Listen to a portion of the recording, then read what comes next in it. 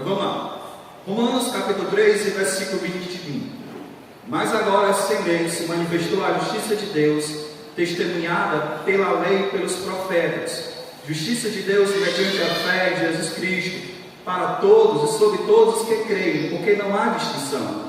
Pois todos pecaram e carecem da glória de Deus, sendo justificados gratuitamente por sua graça, mediante a redenção que há em Cristo Jesus, a quem Deus propôs o seu próprio sangue, como propiciação mediante a fé, para manifestar a sua justiça, por ter Deus, a sua tolerância, deixar impune os pecados anteriormente cometidos, tendo em vista a manifestação da sua justiça no tempo presente, para Ele mesmo ser justo e justificador daqueles que têm fé em Jesus. Onde, pois, a jactância foi de toda excluída? Por que lei? Das obras? Não, pelo contrário, pela lei da fé. Concluímos que o homem é justificado pela fé, independentemente das obras da lei. É porventura Deus somente dos judeus? Não é também dos gentios? Sim, também dos gentios. Visto que Deus é um só, o qual justificará por fé o circunciso e mediante a fé o incircunciso. Anulamos, pois, a lei pela fé? Não, de maneira nenhuma. Antes, confirmamos a lei. Vamos orar. Ó Deus, graças te damos pela tua palavra, a revelação que estamos a desfrutar, ó Deus, nessa noite. Que possamos compreender, ó Pai, que teu Espírito Santo haja no nosso entendimento, pois precisamos e dependemos dele, pois só ele é quem conhece as profundezas, ó Deus, da tua sabedoria, e é ele quem nos revela quem tu és. As letras, ó Deus, aqui presente, não tem efeito nenhum se o Espírito Santo não agir em nós. Portanto, ó Deus, haja nas nossas vidas, que este pregador aqui presente seja apenas um instrumento do Senhor, a transmitir a tua palavra com clareza, com temor a ti, ó Deus, para que haja transformação na vida de todos os ouvintes aqui presentes, para que juntos, no nosso caminhar cristão, reflitamos a Cristo em nosso agir, que a palavra do Senhor venha moldar a nossa vida, venha nos direcionar a como o Senhor quer que vivamos nesse tempo presente. Em nome de Jesus, amém. Irmãos, nós já temos visto no livro de Romanos que Paulo, ele tem como objetivo mostrar o que é o Evangelho. A igreja em Roma, a igreja que não fora fundada por apóstolo Paulo, era uma igreja importante no percurso que Paulo faria da quarta viagem missionária dele. Se ele fizesse, ele não chegou a fazer, mas os planos de Paulo era passar na igreja de Roma, e essa igreja de Roma enviar o apóstolo Paulo para a Espanha.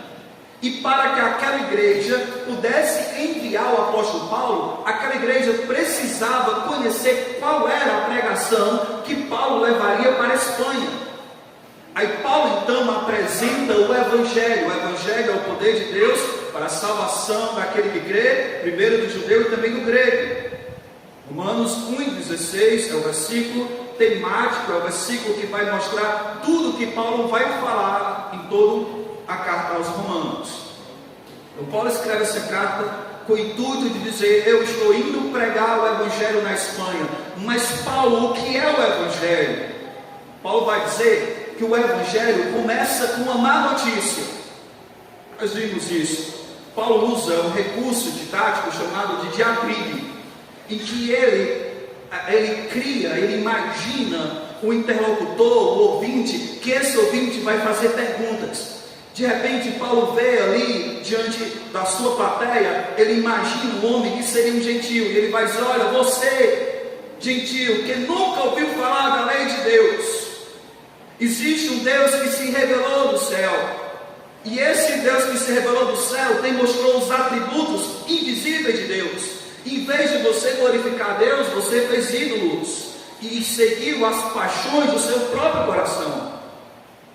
Mesmo vocês tendo a consciência do que é certo e o que é errado, preferiram seguir o que é errado. Por isso vocês são indesculpáveis. De repente Paulo vê um moralista, pode ser um gentio ou pode ser um judeu esse moralista, alguém que se achava superior, que dizia, como esses homens eu não vivo. Mas Paulo está dizendo, olha, há coisas que você faz em secreto, que no dia do juízo tudo será revelado. Você que se acha superior, tem coisas que você faz, que você sabe que é errado, mas você mesmo pratica. Portanto, no juízo de Deus, tudo que você fez será vindo à tona. Aí Paulo agora olha para o judeu, um rabino, suas vestes judaicas. Paulo olha para esse homem e diz, tem você, né? Você que conhece a lei de Deus, você que conhece os preceitos de Deus, você que é a luz deste mundo, guia de cegos, professor de crianças, você que se gloria nessas coisas. Mas todas essas coisas que você se gloria não te justifica, pois uma vez que você sabia a vontade de Deus e não fez, você se tornou pior do que o incrédulo. Paulo mostra então que todos os homens estão debaixo do pecado, como diz propriamente aí no versículo 23, pois todos pecaram e carecem da glória de Deus. E esse Deus, por causa da situação pecadora do homem, e me entenda que o pecado é uma ofensa direta a Deus. Um pecado não é só quebrar a ordem de Deus. Um pecado é você se rebeliar contra a natureza divina de Deus.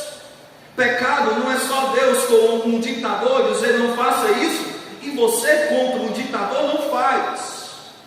Mas todo pecado é uma afronta direta à natureza de Deus.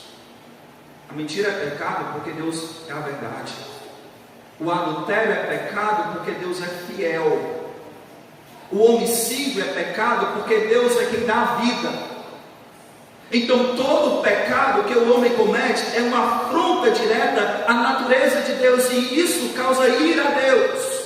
E Deus, como reto juiz, condena o homem. Paulo mostrou essa situação. Todos pecaram e todos estão distantes da glória de Deus. É uma imagem terrível da humanidade. Mas como a gente viu no domingo passado, Paulo agora quer apresentar as boas novas, o Evangelho. Nós só entendemos o que de fato é o Evangelho quando nós entendemos a nossa situação pecadora diante de Deus.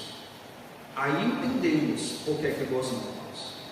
E Paulo vai mostrar agora como é que esse homem diante de Deus pode se tornar justo diante de Deus. Paulo vai dizer, que nós vimos no domingo passado, que essa justificação aconteceu ali na cruz do Calvário, em que Cristo se tornou substituto, recebeu sobre ele toda a ira de Deus, toda a justiça de Deus foi lançada sobre Cristo ali na cruz.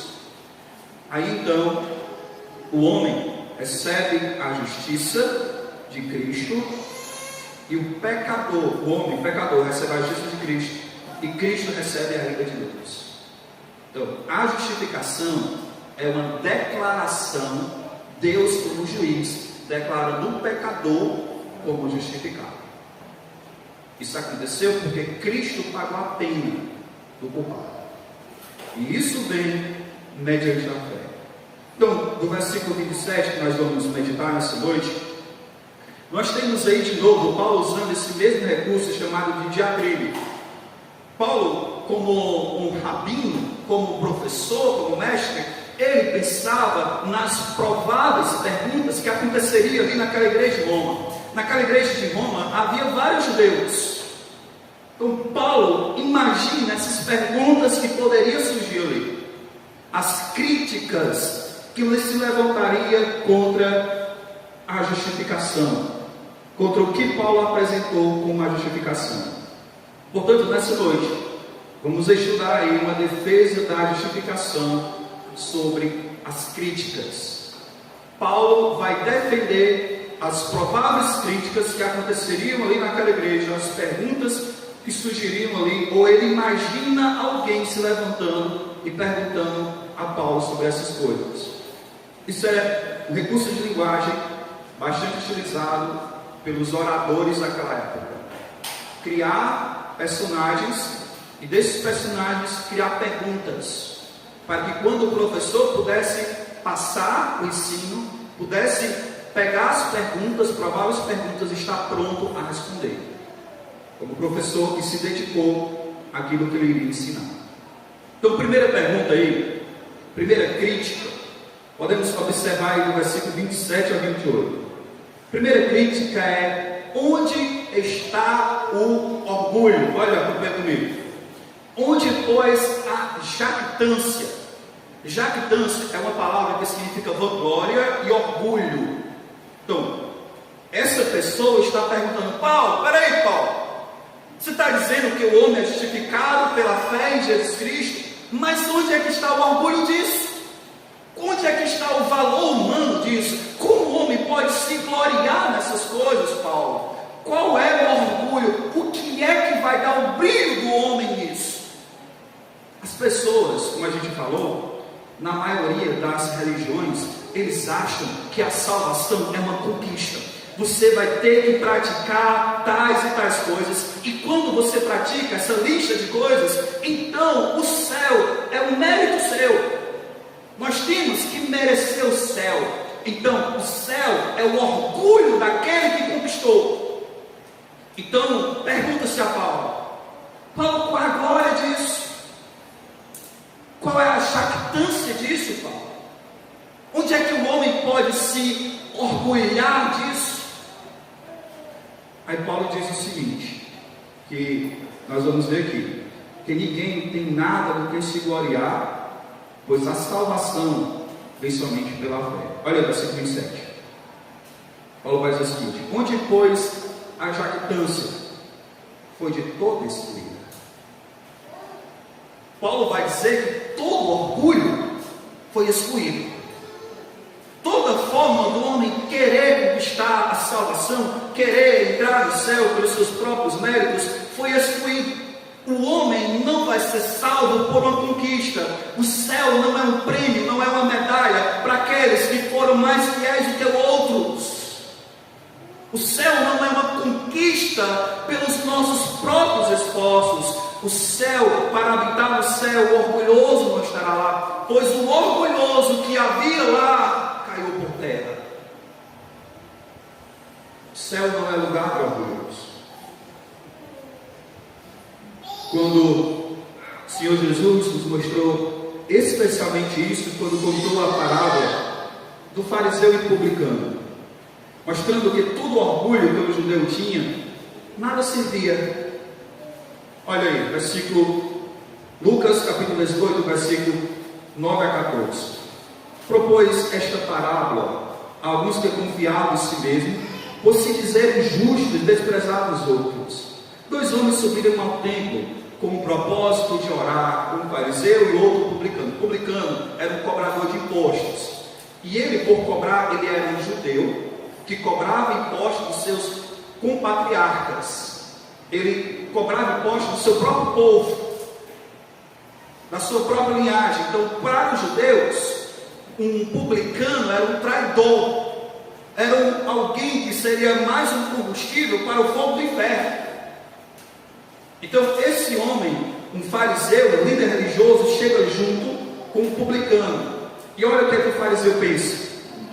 O fariseu, posto em pé, orava de si mesmo dessa forma: ó Deus, graças te dou, porque não sou como os demais homens, roubadores, injustos, adúlteros, nem ainda como este publicano. Jejuo 2 vezes por semana, e dou o dízimo de tudo quanto ganho.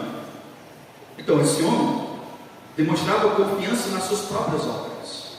Ele se achava digno de estar diante de Deus ali. Mas olha a reação do publicano. O publicano, estando em pé, longe, não ousava ainda se levantar os olhos ao céu, mas batia no peito dizendo: ó Deus, se propício a mim. Esse homem publicano, que não tinha obras nenhuma, ele baixou sua cabeça em reverência a Deus e propiciação, a gente viu: Senhor, não se ire comigo. Não se ire. Ele reconheceu a sua significância, ele conheceu o seu lugar, e olha o que é que Cristo vai dizer: digo-vos que este que desceu justificado para a sua casa, e não aquele, porque todo que se exaltará, humilhado, será humilhado, mas o que se humilha será exaltado. O reino dos céus não é conquistado por orgulho humano. Você pode ser a pessoa mais religiosa, a pessoa mais dedicada, a pessoa mais fiel à igreja de Deus, mas isso não torna você salvo. Não se confie nessas obras, elas são fracas, elas são inúteis diante da sua salvação. Elas não adiantam de nada diante de Deus. As obras têm lugar, a gente vai ver daqui a pouco, mas elas são insignificantes para a sua salvação. Lá em Mateus 23, Jesus diz, bem parecido, 23:12: quem a si mesmo se exaltará, será humilhado, e a quem a mesmo se humilhar, será exaltado. Não se orgulhe. Salvação não é uma conquista sua. Salvação não depende de você. Salvação vem de Deus ao homem. Precisamos reconhecer que não há glória nenhuma nossa. Por isso, precisamos nos humilhar diante de Deus. É preciso que o pecador reconheça que ele tem pecado contra Deus, que as suas obras são como trapo de imundícia, que ele se veja como perdido, pois foi exatamente com esse propósito pelo que Cristo veio aqui à terra. Lucas 19:10 diz assim: porque o Filho do Homem veio buscar e salvar o perdido. Enquanto você estiver se confiando em suas obras, você nunca vai querer depender de Cristo. E sem Cristo é impossível você chegar ao céu. Portanto, se você é pecador, e eu sei que você sabe que é pecador, você precisa se humilhar diante de Deus e reconhecer que só Ele é que pode te salvar. Lá em Mateus 5:3, o Senhor Jesus diz o seguinte: bem-aventurados humildes de espírito, porque deles é o reino dos céus. E humildade nada tem a ver com pobreza. Nada tem a ver. Você pode ter o rico humilde e pode ter o pobre soberbo. Nada tem a ver com condição financeira. Humildade tem a ver com a disposição do seu coração naquela situação. O seu coração se humilhando ali diante de Deus. Essa é a primeira bem-aventurança das outras 12 que Cristo vai falar. E essa bem-aventurança vai começar com isso: bem-aventurados humildes, pois sem reconhecimento do seu estado diante de Deus, sem a sua humildade, a sua pecaminosidade diante de Deus, o seu estado, nunca você será salvo. É preciso se humilhar diante de Deus. Volta lá no texto de Romanos, olha aí. O texto continua dizendo: onde depois a jactância foi destruída. Por que a lei das obras? Não, pelo contrário, a lei da fé. Então Paulo vai mostrar aí, e a gente vai argumentar daqui a pouco, o que é que Paulo quis dizer aí sobre essa lei da fé. Mas versículo 28 diz assim: concluímos, pois, que o homem é justificado pela fé, independentemente das obras da lei. O homem é declarado justo diante de Deus, não pela sua própria justiça, mas pela justiça do Senhor Jesus colocada na vida do pecador. É uma declaração que Deus faz através da obra de Cristo na sua vida. A justificação não vem por obras, vem pela fé em Jesus. Nós vimos no domingo passado que fé não é só acreditar por si só. Eu acredito. Acredito que Jesus é Deus, eu acredito na Bíblia, eu acredito no que você ensina. Mas acreditar por acreditar não adianta, quando você não deposita a sua esperança nessas coisas. Ter fé é entregar a sua vida a isso. Por isso o Senhor Jesus nunca ensinou a você ter sentimento. Nunca ensinou. O Senhor Jesus disse que aquele que quer ser meu discípulo, siga-me. É uma decisão que é feita. E isso é fé, é você decidir seguir. É você decidir. E a fé é um objeto do Senhor Jesus Cristo. Não é só a fé que tudo vai dar certo. Não. É a fé direcionada ao Senhor Jesus. Pois lá em Efésios, capítulo 2, versículo 8 e 9, diz assim: porque pela graça sois salvos mediante a fé. E isto não vem de vós, é dom de Deus. A salvação, a fé, é um presente que Deus dá. E não vem de obras, para que ninguém se glorie. Não vem de obras para que não haja jactância, que não haja orgulho. Ninguém pode chegar no céu e dizer: olha Deus, eu fui perfeito, eu nunca falei mal do meu vizinho, sempre que eu vi o homem na rua, eu dava esmola, eu obedeci meus pais durante toda a minha vida, eu fui fiel à minha mulher durante toda a minha vida, eu não olhei para mulher nenhuma, eu jamais cometi nenhuma mentira, eu jamais desejei alguma coisa do outro, eu jamais coloquei o nome do Senhor em vão, eu jamais me prostrei diante de imagens. Ninguém chegará no céu dizendo isso, pois todos pecaram, precisam da glória de Deus. E a salvação não vem por obras humanas. Portanto, não há nenhum orgulho na salvação. A salvação é Deus vindo ao encontro do homem para o resgatar. O homem perdido, e Deus vem e o resgata. Por isso que é salvação. Por isso que é salvação. Porque só é salvo quem está perdido. Só é salvo quem está a caminho para o inferno. Só é salvo assim. Salvação não é obra sua. Salvação é a obra que Cristo fez na cruz para salvar você. Nunca afirme isso. Como é que você é salvo? Pastor, se eu fizer coisas boas, se eu praticar os mandamentos, se eu obedecer o que a igreja manda, então você é salvo. Não. Salvação é por você crer, por você confiar a sua vida eterna em Jesus.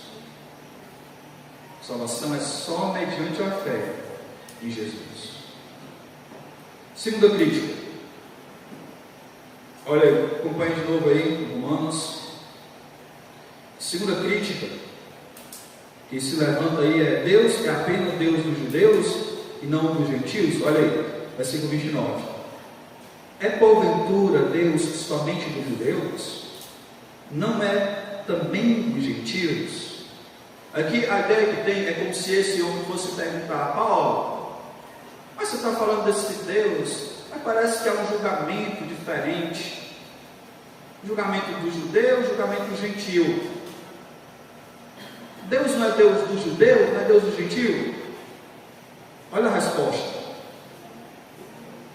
Resposta aqui também na nosso ponto. Deus é um só, seja para o judeu ou para o gentio, ambos são justificados pela fé. Versículo 29, a parte final.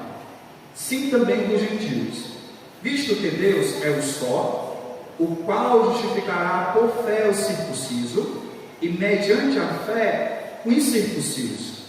Paulo está dizendo: sim, Deus é um só. Deus é o Deus do judeu, Deus é o Deus dos gentios. Só existe um Deus.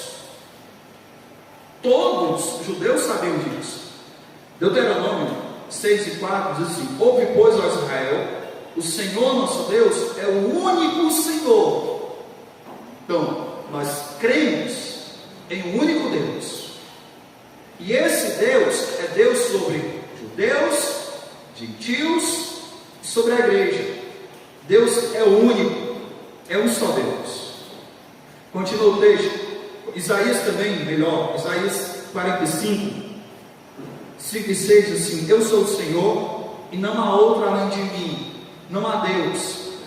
Eu te cingirei ainda que não me conheces, para que saibais até a nascente do sol, até o poente, que além de mim não há outro. Eu sou o Senhor e não há outro.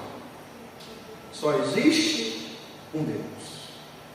Esse Deus é o Deus soberano, seja sobre o judeu, seja sobre o gentio, seja sobre a igreja de Deus. Há um só Deus.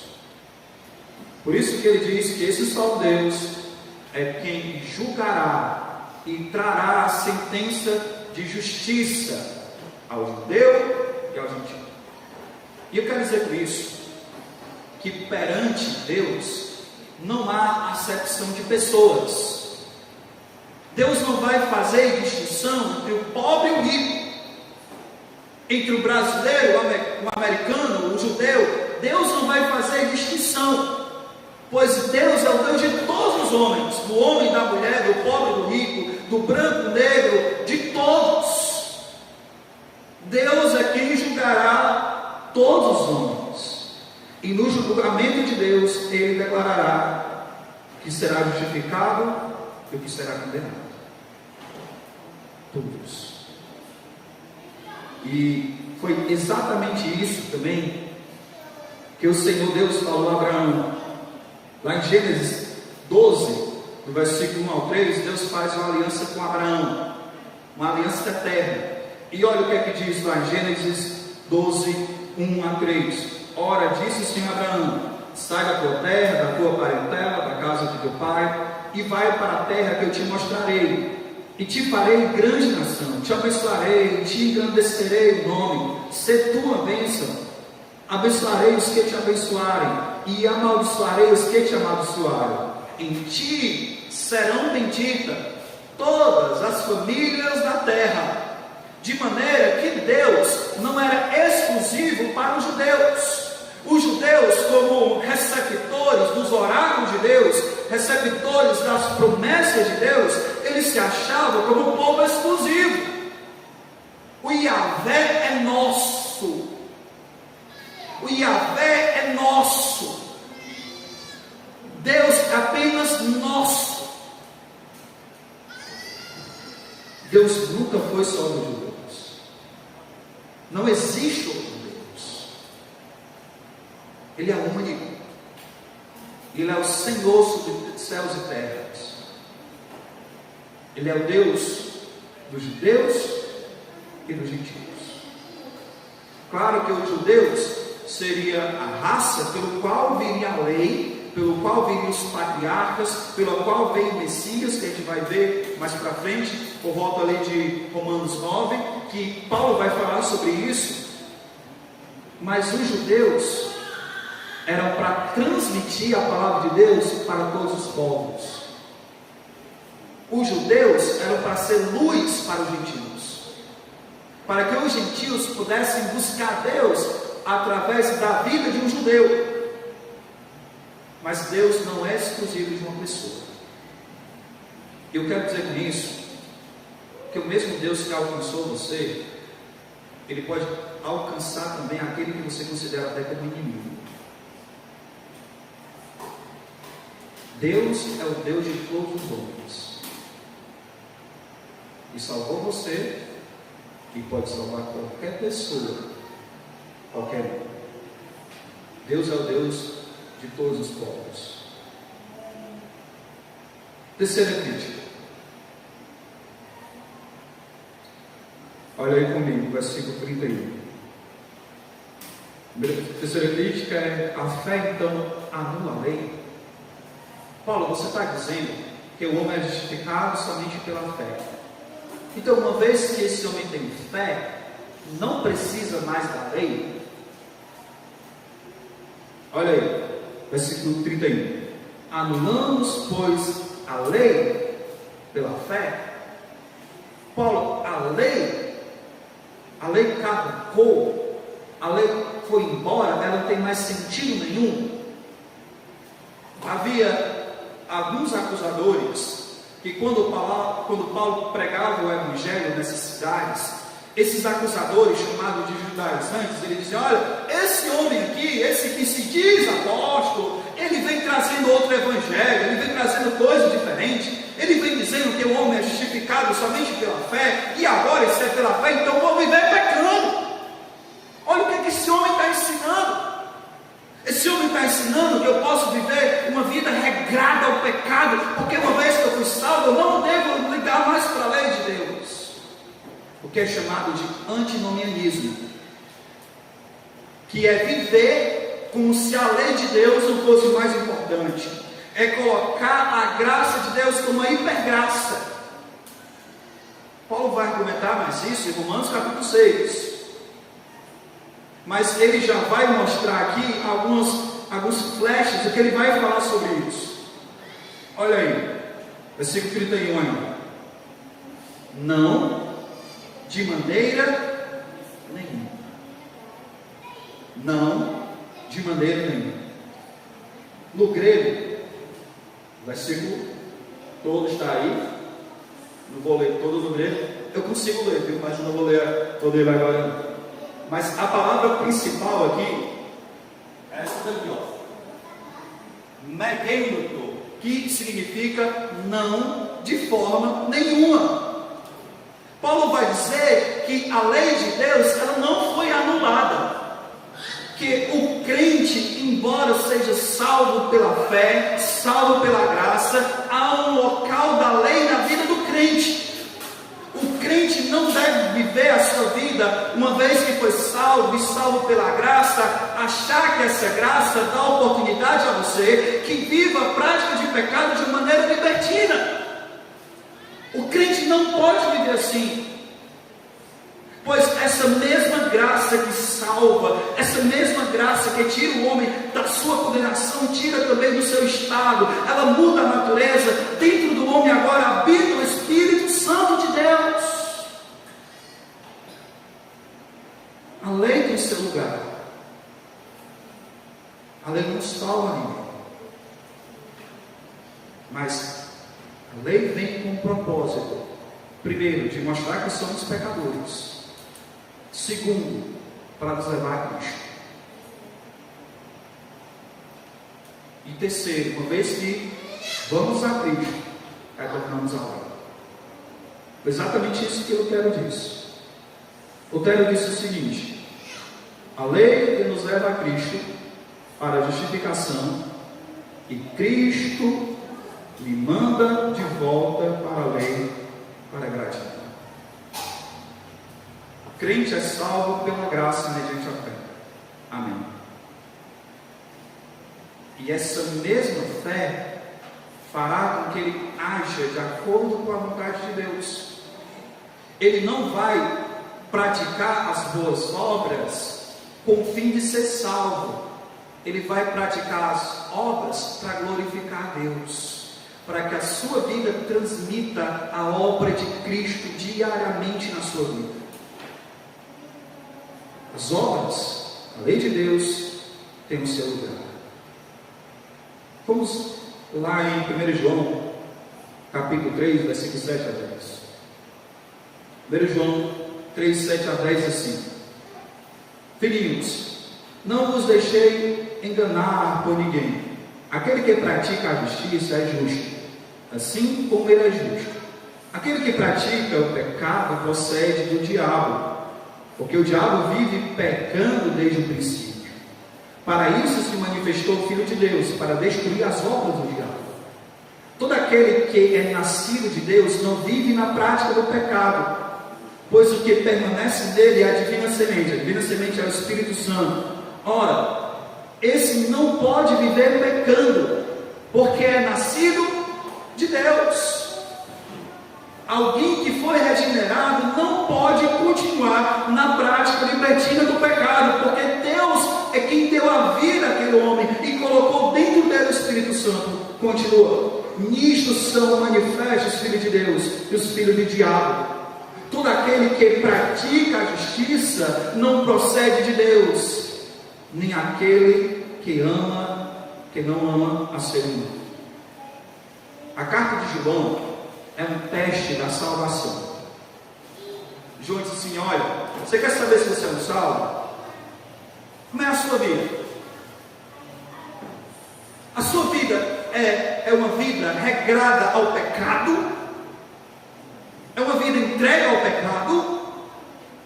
Se você vive a vida entregue ao pecado, você não tem salvação. João é curto e grosso. É isso? Porque dentro de você foi gerada a devida semente. Dentro de você foi colocada o Espírito Santo. O Espírito Santo se incomoda com o pecado. O Espírito Santo se entristece com o pecado. Não há como a pessoa viver uma vida sempre diante do pecado.